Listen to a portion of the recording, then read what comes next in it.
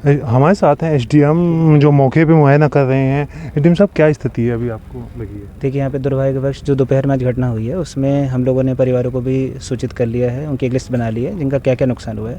तो इसका एक्स रेशिया जो हमारी तरफ से सहायता राशि दी जाती है वो कल सुबह ही दे दी जाएगी। आज रात में किसी को समस्या ना रहे, जो अभी बची कुची यहाँ पे आ गए उसको बुझाना बहुत ज़रूरी है ताकि जो बची हुई झोपड़ियाँ हैं उसमें नुकसान ना हो। तो हमने फायर टेंडर भी और एक्स्ट्रा मंगा लिए हैं, जेसीबी की व्यवस्था भी कर दी है और अभी सीओ साहब भी रास्ते में ही हैं। इसके अतिरिक्त इनकी आईडीज़ का जो नुकसान हुआ है, नगद धनराशि का कुछ नुकसान हुआ है, बर्तन का, कपड़ों का, उसके लिए हम लोग कल व्यवस्था इसको कर देंगे।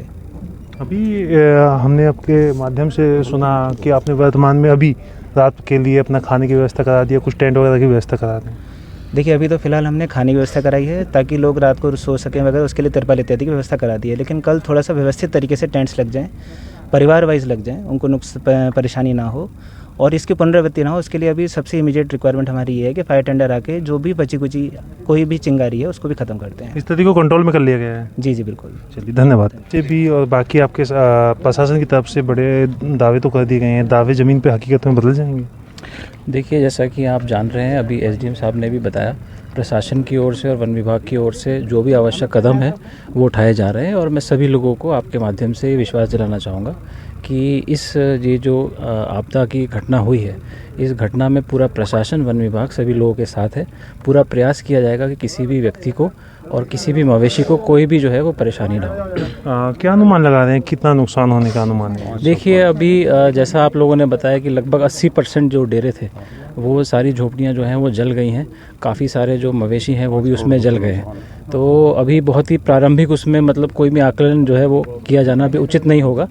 पहले प्रयास ये किया जाएगा कि रात को, जैसा भी एसडीएम महोदय ने बताया कि फायर सर्विस के जो चीफ फायर ऑफिसर है वो भी आ रहे हैं, आज रात को फायर टेंडरों के माध्यम से जो अभी जल रहे हैं उनको बुझाया जाए, फिर ताकि कल जो है फिर उसका पूरा विस्तृत आकलन किया जाए। मुख्य जो समस्या बनी हुई है वो ये बनी हुई है कि यहाँ पे जो फूस से छत पाटते हैं, यहाँ के एक जिलाध्यक्ष भी हैं संगठन से, उन्होंने बताया कि भाई जो फूस से पाटते हैं वो फूस अब अवेलेबल नहीं है, उसे 4 से 5 महीने लगेंगे बरसात के मौसम के बाद। तो अब वो छत तिरपाल जो इनको परमिशन तो है नहीं कहीं छत वगैरह कुछ घेरने की, तो वो कैसे होगी? देखिए, जैसे मैंने आपको बताया, अभी जो हमारी प्रायोरिटी है, जो पूरा ध्यान है वो ये है कि जो बची हुई आग है उसको जो है समाप्त किया जाए और जो भी आवश्यक कार्रवाई होगी, जो भी लोगों की जेन्युइन डिमांड्स हैं उस पे जो भी नियमानुसार निर्णय लेना होगा शासन के स्तर से, प्रशासन के स्तर से, वो किया जाएगा। जांच में कुछ सामने आया कि किस वजह से आग लगी है? देखिए, अभी तक जो स्थानीय लोगों ने, आप सभी लोगों ने बताया है कि शायद किसी घर में खाना बनाया जा रहा था चूल्हे में, जिससे जो है आग वो लगी एक झोपड़ी में। और फिर जो है आप जान ही रहे हैं, दिन में तापमान लगभग 47-48 डिग्री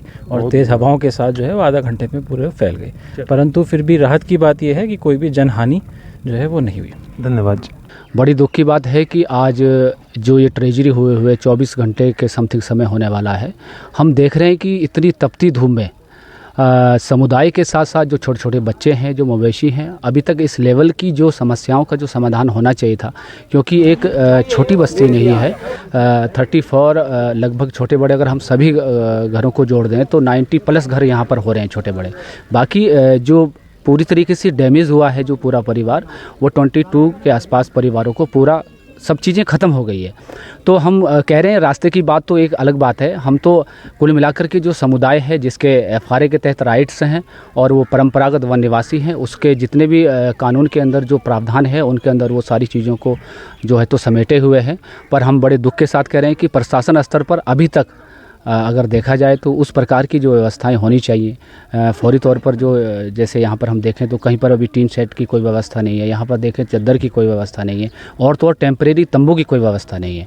तो बड़े दुख के साथ हम कह रहे हैं और प्रशासन से उम्मीद लगाए बैठे हैं कि ये जो वनवासी समुदाय है ये हमेशा से जो है तो वनों का संरक्षण और संवर्धन का काम करता आया है। आज दुख की घड़ी में प्रशासन को जो है तो इस दुख की घड़ी में समुदाय के साथ खड़े होकर के युद्ध स्तर पर इनकी मदद करना चाहिए। जिला प्रशासन की तरफ से जो वो मिल रहा है वो सहयोग तो अभी अच्छा है।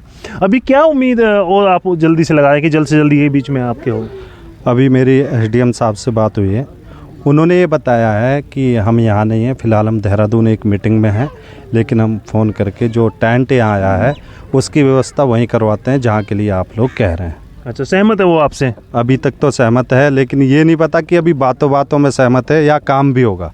अच्छा, हम तो जब ही मानेंगे जब टेंट वहाँ लगेंगे, काम होगा, जब ही हम समझेंगे कि सहमत है।